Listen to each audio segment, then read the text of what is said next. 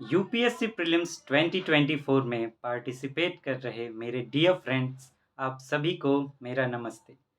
एक बिहारी सब पे भारी परिवार में यूपीएससी प्रीलिम्स 2024 को टारगेट करने वाली क्लास में मैं आपका वेलकम करता हूं।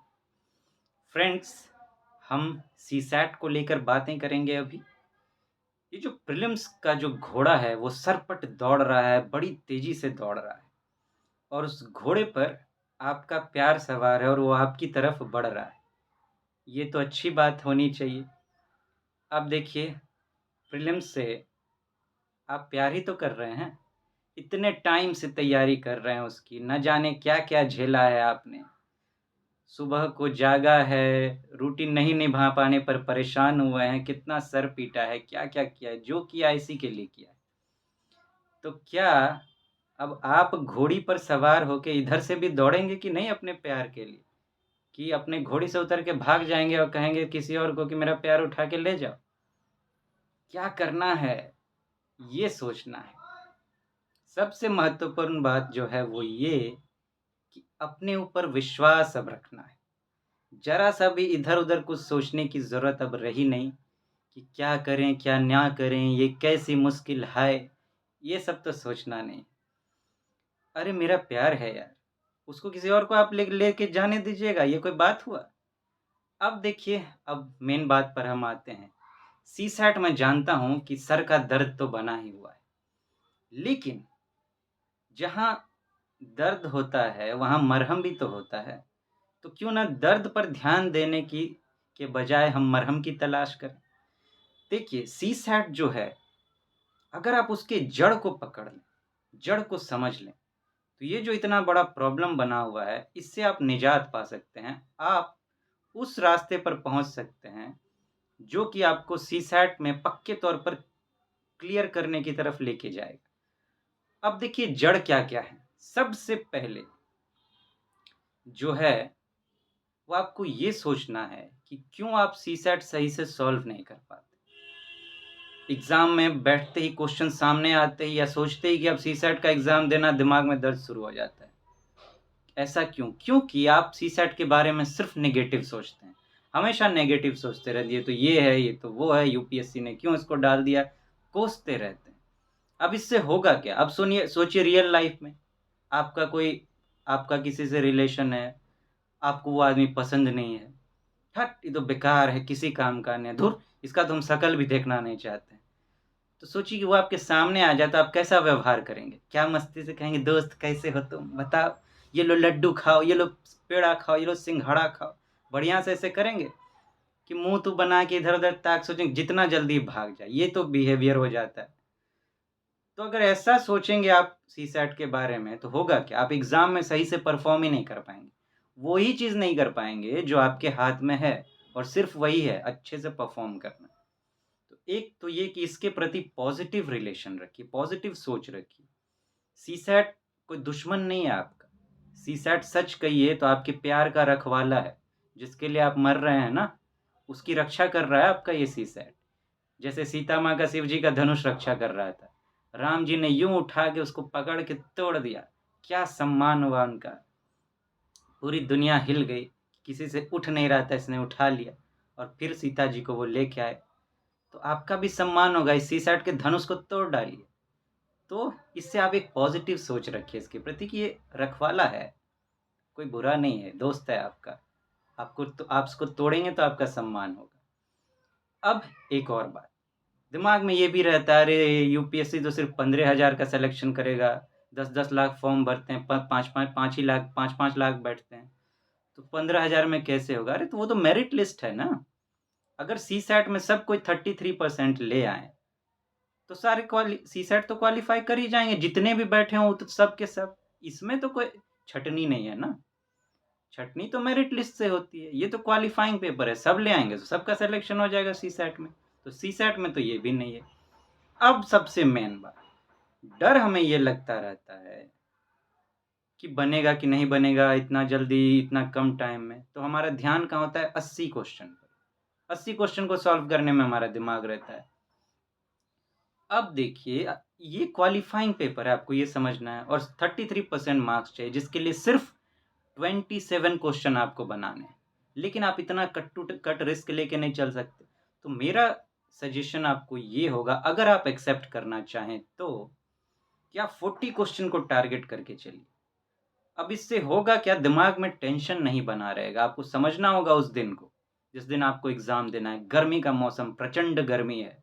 एक एग्जाम आप ऑलरेडी दे चुके हैं, 3 घंटे का वक्त बिताया है, फिर 2 बजे जाके एग्जाम शुरू होगा, तो बहुत प्रेशर है ऑलरेडी गर्मी का, दिमाग तनाव में है। और ऊपर से आप उतने सारे क्वेश्चंस का लोड दे देंगे तो कैसे होगा। तो आपको अगर सिर्फ 40 क्वेश्चन रहेंगे वहां पर, तो दिमाग पर लोड कम रहेगा। और जहां तक मैं मैथ्स और रीजनिंग के क्वेश्चंस की बात करूं, उसमें आप कोई धड़पड़ी नहीं दिखा सकते सॉल्व करने में। कॉम्प्रिहेंशन में भी ज़्यादा कुछ धड़पड़ी आप नहीं कर सकते। जैसे कि जीएस पेपर में आप थोड़ा सा स्पीड जा सकते हैं प्रैक्टिस पर, लेकिन इसमें जरा भी धड़पड़ी दिखाई, अब ऊपर नीचे हो गया एक भी नंबर, तो बस पूरे के पूरा क्वेश्चन गलत। तो ये बहुत बड़ा चैलेंज होता है, आपको स्लो जाना है, एकदम स्लो जाना है इसमें। इसीलिए ज़्यादा टाइम की ज़रूरत होगी। यूपीएससी ने देखिए 80 क्वेश्चन उसमें डाले हैं, क्यों नहीं 100 डाला? वो भी आपको इंडिकेट कर रहा है कि स्लो जाइए, स्लो। तो 40 क्वेश्चन, और उस आपको टारगेट करने हैं, उसमें भी आपको 8 क्वेश्चन छोड़ने की छूट है। 32 क्वेश्चन आप सही कर जाएंगे तो आपका सिलेक्शन हो जाएगा सी सैट में। तो अब माइंड बिल्कुल शांत रहेगा। अब देखिए, आपका अगर इससे दूर दूर तक नाता नहीं रहा है सी सैट के सब्जेक्ट से, तो ऐसे स्टूडेंट्स के लिए यूपीएससी ने कॉम्प्रिहेंशन तो बनाया ही है। कॉम्प्रिहेंशन को आप इस तरीके से सीखिए कि आपका एक भी गलत ना हो। हम उसी स्ट्रैटेजी से बात कर रहे हैं। मैंने एक स्ट्रैटेजी ढूंढी है कि डबल क्रॉस चेक स्ट्रैटेजी, जिसमें मैं आपको बता रहा हूं कि बिना पैसेज को पढ़े आप कैसे सॉल्व कर लेंगे, और बिल्कुल सही सही, और फिर पैसेज को पढ़कर आप कैसे सॉल्व करेंगे। तो एक इमरजेंसी स्किल हो गई, एक मेन स्किल हो गई। आपको एग्जाम में मेन स्किल से जाना है, पैसेज को पढ़ते हुए सॉल्व करना है, लेकिन इमरजेंसी का इस्तेमाल करना है कि आप चेक कर सकें कि मैंने जो कहा है वो सही है या नहीं। दोनों एक हो जाए तो आप समझ जाइए कि 100% सही। तो सारे ये सही हो गए। 25 से 30 कॉम्प्रिहेंशन आते हैं, पिछले बार भी 27 आए थे, तो 25 यहाँ से मिल गया, अब बचे 15। बहुत डीप रिसर्च के बाद मैंने फ्रेंड्स पाया है, और मैं ये बिल्कुल सही सही कह रहा हूँ। आप चाहें तो आराम से चेक कर सकते हैं इस चीज़ को। अगर आप मुझ पे विश्वास करना चाहें तो बहुत डीप रिसर्च के बाद मैंने पाया है कि 15 से 20, कभी-कभी 25 भी ऐसे क्वेश्चंस यूपीएससी मैथ्स और रीजनिंग से पूछता है, जिसके लिए किसी फॉर्मूले, थ्योरम की ज़रूरत नहीं पड़ती। बड़े आराम से आप बोर्ड पे वो जो क्वेश्चन पेपर में क्वेश्चन लिखा हुआ है, उसको समझकर वहीं पर अपने थोड़े से दिमाग से उसको सॉल्व कर सकते हैं। और कुछ-कुछ क्वेश्चंस ऐसे होते हैं जिसमें बहुत हल्के से फॉर्मूले की ज़रूरत पड़ती है। वो भी कुछ तिगड़म नहीं लगाना है, बस दिमाग में वो चीज़ें आराम से हो जाएगी। तो ऐसे क्वेश्चन आपको टारगेट करने चाहिए, ऐसे मिलेंगे। दोनों मिलके आप आराम से सॉल्व कर सकते हैं। और जो आपको, और ये भी आपको सीखना है कि कैसे क्वेश्चंस किस सेक्शन के आपको छोड़ देने हैं, ताकि आपका समय खराब ना हो। जैसे ही उस सेक्शन के आप क्वेश्चन देखें, आपको झलक भी मिले, उसको आगे पढ़ने की भी ज़रूरत नहीं, वहीं छोड़िए, नेक्स्ट क्वेश्चन। शुरू में छोटे-छोटे क्वेश्चन को करिए, बाद में बड़े-बड़े को देखने की तो वैसे भी ज़रूरत नहीं है, लेकिन आपको लगे कि आपका कंफर्ट ज़ोन का है, तब टच करिए। तो फ्रेंड्स, पिछला जो सीसैट हुआ था उसको आपको अच्छे से समझना बहुत ज़रूरी है, क्योंकि वो अभी तक का टफेस्ट रहा है।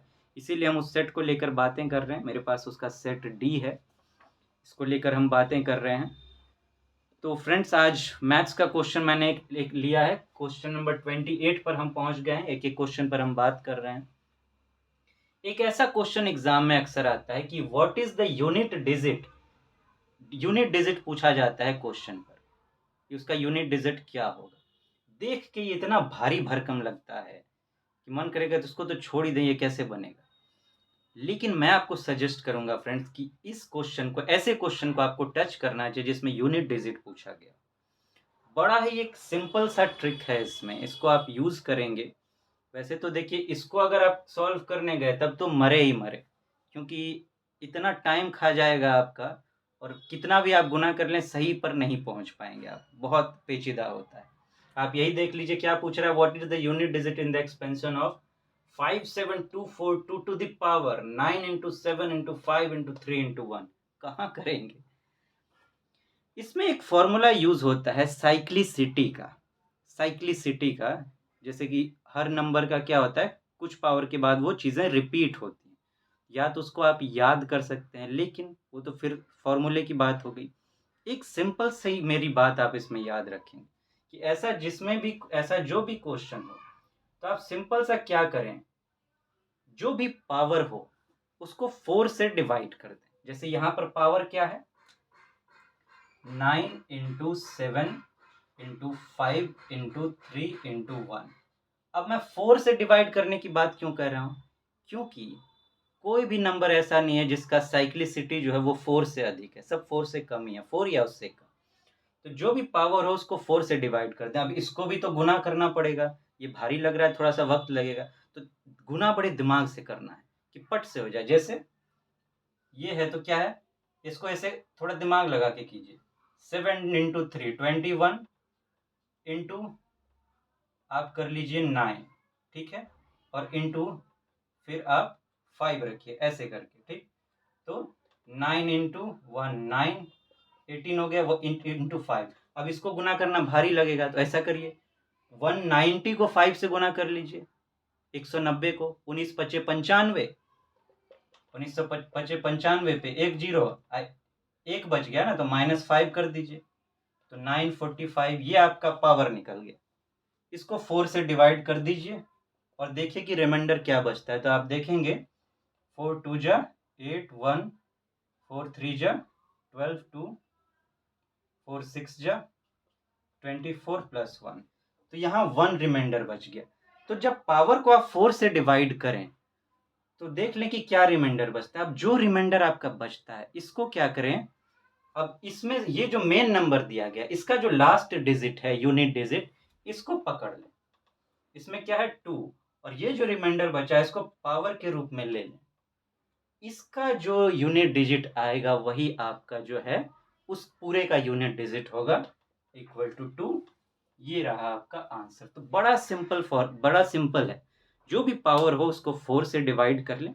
अगर गुना इस तरीके से बड़े रूप में दिया गया है तो थोड़ा ट्रिक लगा के गुना करें कि जल्दी हो जाए, या ऐसे भी आप कर लेंगे तो कुछ भारी नहीं है ऐसा। फिर भी कोशिश करेंगे उसको सिंपल करने का, और उसका जो रिमाइंडर आता है उसको फिर आप इसके यूनिट डिजिट के पावर के रूप में इस्तेमाल करें, और उसमें जो नंबर आपका यूनिट डिजिट पर आएगा वो आपका जो है फिर आपका ये आंसर हो जाएगा। अब आप सोचेंगे कि हो सकता है कहीं कहीं पे तो पूरे का पूरा भाग लग जाए 4 से। अगर पूरे का पूरा भाग लग गया, ठीक है, कुछ रिमाइंडर नहीं बचा, तो इस 4 को ही आप यहाँ पे इस 1 के जगह पे इस्तेमाल कर लें, 2 टू दी पावर 4, फिर उसका जो यूनिट डिजिट आएगा वो आपका आंसर हो जाएगा।